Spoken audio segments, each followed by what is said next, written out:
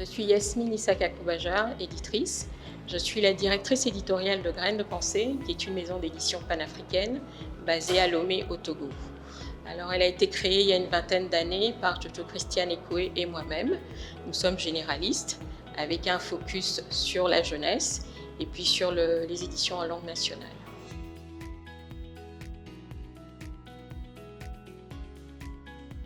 On a eu 2 formations, une en communication digitale et une en achat et vente de droits. Alors la communication digitale, quand je suis arrivée, j'avais pour objectif évidemment d'accroître la notoriété et la visibilité de Graines de Pensée, mais je pensais que ça devait se faire en accord avec notre image, etc. Mais j'ai appris grâce à Agnès de Biage qu'il fallait, oui, engager, mais engageante aussi, passer d'une communication top-down à une communication qui va vers ses bénéficiaires.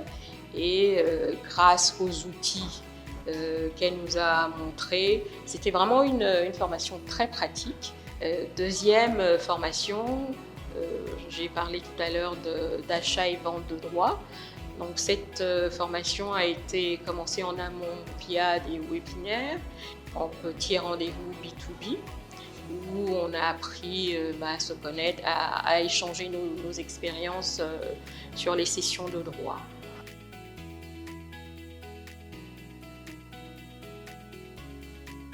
J'ai l'habitude de venir au SILA et c'est la première fois que je vois qu'il y a un espace réservé aux professionnels, espace que nous avons utilisé avec nos confrères pour des échanges d'expériences, que ce soit sur la communication digitale ou les sessions de droit. Alors, le fait que le Kenya soit le pays invité d'honneur, aussi, c'est pour nous une porte d'entrée vers le monde anglophone qui regorge de talentueux auteurs.